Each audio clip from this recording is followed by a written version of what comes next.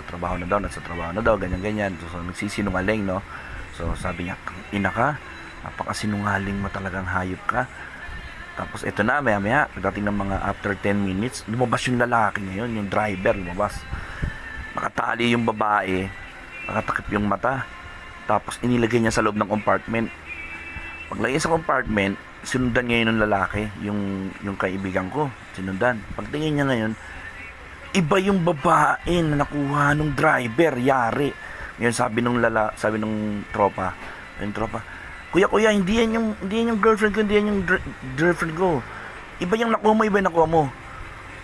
Yung mukha nung driver, galit na galit. Sabi niya, ano ba? Sabi niya, hindi yan yun, hindi kita babayaran. Sabi ng driver, huwag kang magulo. Asawa ko to. Mamaya ako na kukunin yung kasama mo.